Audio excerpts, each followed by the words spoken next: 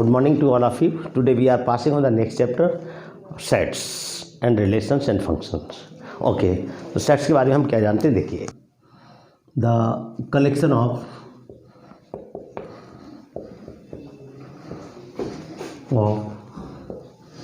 well-defined objects.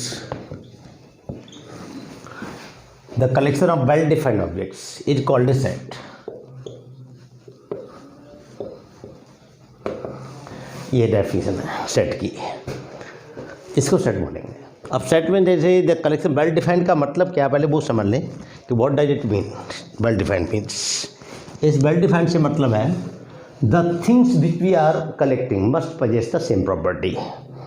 यानी इसका मतलब ये हुआ कि जो भी हमने सेट कलेक्ट किया उसमें एक ही प्रॉपर्टी हो जिससे हम बोल सकते हैं बता रहे उसमें एनलिस्ट कर पाए हम एलिमेंट्स को. एग्जाम्पल देखिए, the collection of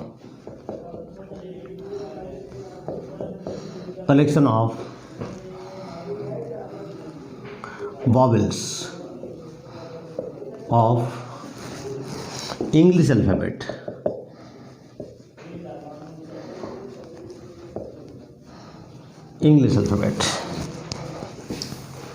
अभी एक सेट है क्योंकि इज ए सेट डेफिनेशन. क्योंकि देखिए कलेक्शन ऑफ वेल डिफाइंड, क्या मैं इतनी इंफॉर्मेशन सफिशिएंट है to enlist all the elements according to this statement.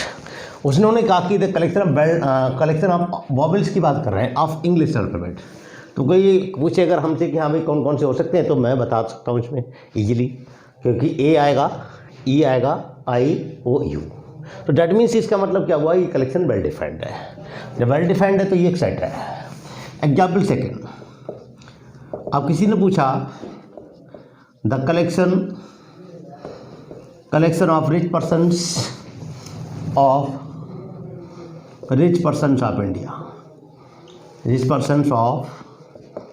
India, ये the collection of rich persons of India.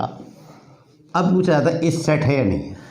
तो देखिए जो रिच पर्सनस की बात की है इसमें हमें कोई इन्फॉर्मेशन नहीं मिल पा रही है कि रिच बाई विच एसेट, किस चीज़ में रिच है तो हम एनालिस्ट कर पाए एलिमेंट्स को. जैसे कि मैंने यहाँ पर कहा कि वॉबल्स की बात की तो हमें वॉबल्स पता लग गए.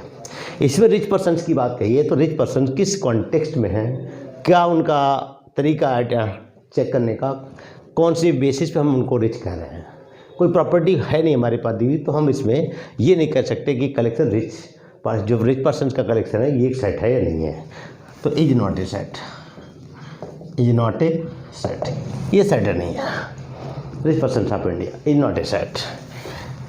अगली एग्जाम्पल है हमारे पास 3, ये द कलेक्शन ऑफ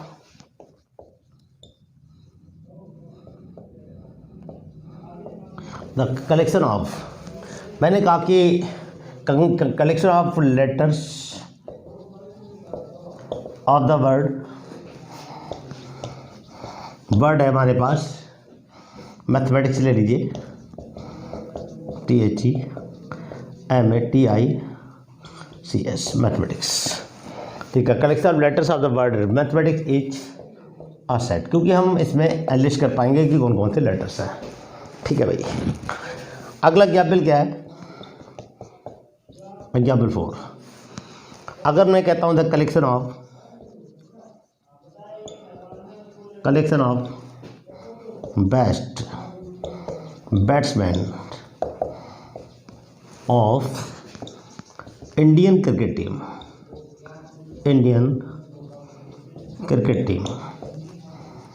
ये है Indian cricket team. Collection of best batsman of Indian cricket team is not a set, क्योंकि बेस्ट बैट्समैन की कोई डेफिनेशन नहीं हो सकती, क्योंकि बेस्ट बैट्समैन कोई भी हो सकता है. और बेस्ट किस कॉन्टेक्स्ट में पूछा गया, कोई हमारे पास कंडीशन नहीं है. That's why we can't analyst, और हम कंफ्यूज रहेंगे तो दैट मीन्स ये वेल डिफाइंड कलेक्शन नहीं होगा. अगला लिया example number 5, the collection of, हमने कहा कि मान लीजिए first 10 natural numbers, first 10 natural numbers is are set, क्योंकि हम इसमें बता सकते हैं फर्स्ट एंड नेचुरल नंबर्स कौन से, कोई क्या एनालिसिस कर लूँ कर देंगे इजीली 1 2 3 4 5 6 7 8 9 10 और आंसर आ जाएगा। अब आता है कि सेट को रिप्रेजेंट कैसे कैसे करें, ये जरूरी है। तो how to represent a set, the method to represent a set, methods to represent a set, methods to represent a set. ये मेथड 1 जिसको कहा गया टैबुलर और रोस्टर फॉर्म, ठीक है, टैबुलर और रोस्टर फॉर्म, ठीक है। टैबुलर और रोस्टर फॉर्म में क्या है, इन दिस मेथड क्या करते हैं, in this method we write the elements in a curly bracket and separated by commas। ये डेफिनेशन दी गई है, सेपरेटेड बाय कॉमर्स। एग्जाम्पल जैसे हमने कहा the collection of vowels of English alphabet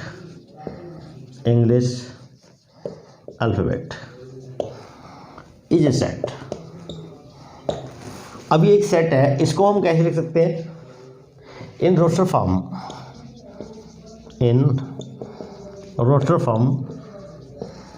it can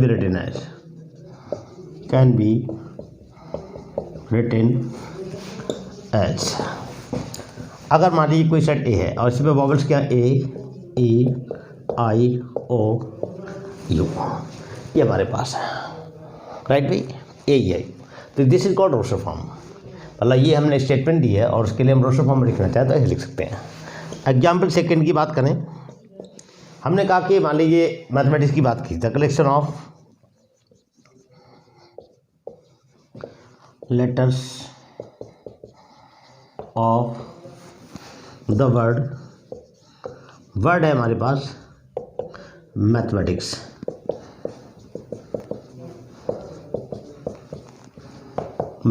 हमने कहा ये सेट एक सेट है, इसको रोस्टर फॉर्म में लिखना चाहे तो कैसे लिखेंगे, in roster form it can B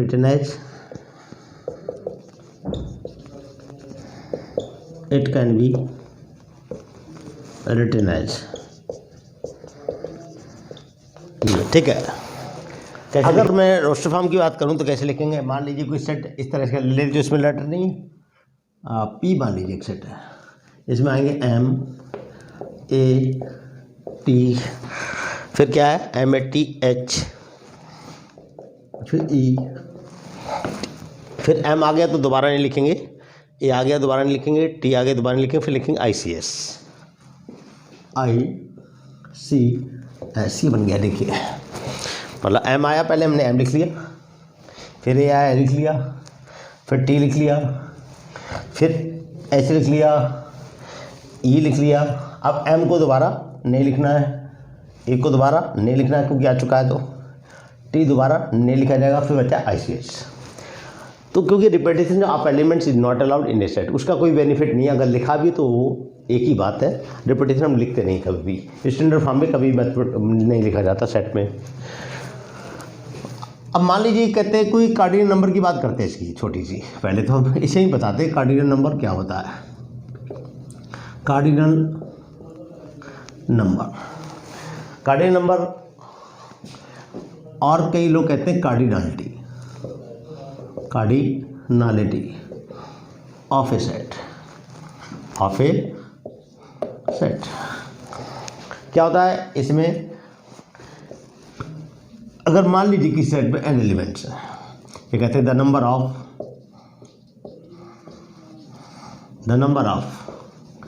distinct elements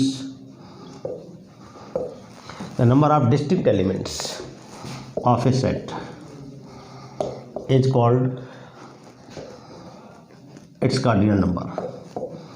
it's cardinal number, ये कार्डिनल नंबर कहलाएगी। इसको डिनोट किया जाता है, डिनोटेड बाई, या तो एक सेट ए है तो ये लिखेंगे और हम कहते हैं एन ए। मान लीजिए एग्जाम्पल के लिए let A is equal to, हमने ये कहा 1 2 3 4 5 6, तो हम लिख सकते हैं इसकी कार्डिनलिटी क्या है हमारे पास 6 एलिमेंट्स। और अगर हमने कहा कि और हम इसी को लिख सकते हैं N of A is equal to 6, एक ही बात है भाई, दोनों सेम थिंग है। अब जैसे मान लीजिए कहीं पर ये लिखा हुआ है, एक एग्जाम्पल लगा लीजिए, if A is equal to मेरे पास लिखा है ए ई आई ओ यू, फिर मैंने लिख दिया ए पी पी एल, फिर टी लिख दिया, कुछ भी लिख दिया, डी लिख दिया, इस तरह से। अब कहा जाएगी इसकी कार्डिनलिटी बताई तो डिस्टिंक्ट एलिमेंट हम गिनेंगे। तो हमारे पास ए यहाँ पर है तो यहाँ पर है, देखिए तो एक ही बार आएगा ये एक, फिर आएगा हमारे पास ई एक ही बार है, 2 3 4 5 6 7 8, ये बने, तो एन ए इक्वल टू हो गया 8 इसका आंसर। और हम लिखेंगे ए की कार्डिनलिटी 8 है, ये हमारे पास कह सकते हैं, राइट भाई। ये एग्जाम्पल हमारे पास आ गया, इसका ये सोल्यूशन है, ठीक है। हाँ, सोल्यूशन मतलब सिर्फ कार्डिनलिटी कहते हैं, और ये क्या कहलाएगी कार्डिनलिटी। देन दिस इज क्या हमारे पास कार्डिनलिटी ऑफ ए सेट, ये डेफिनेशन इसकी। तो ये हमारे पास है रोस्टर फॉर्म, होप आपको समझ आ गया होगा। देखिए अगला ये सेकंड आता है, मेथड सेकंड, जिसको बोला गया set builder form.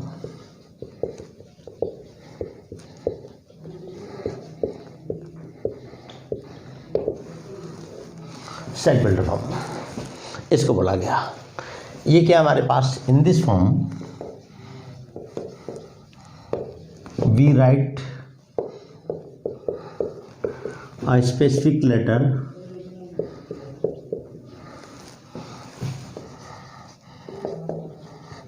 with its sum, ठीक है, कोई भी हो सकता है specific letter with its some specific property.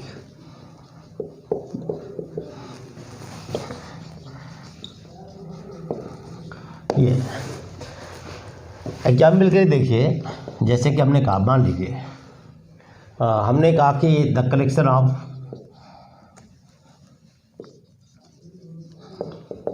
Of हमने लिया था vowels of English alphabet.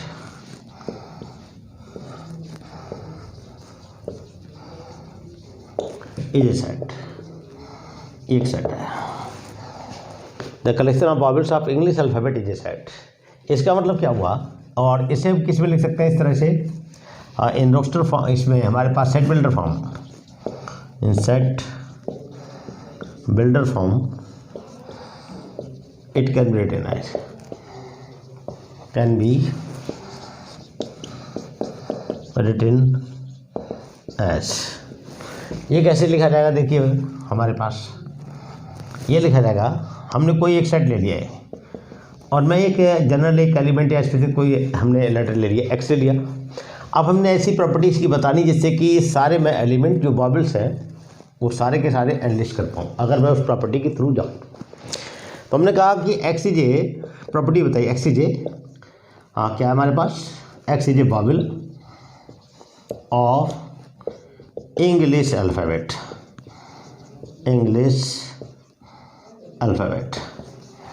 X is a vowel of English alphabet, ठीक है। तो अब अगर कोई पूछे कि हाँ भाई क्या ये सारे एलिमेंट में लिख सकता हूँ, इससे तो लिख सकते हैं।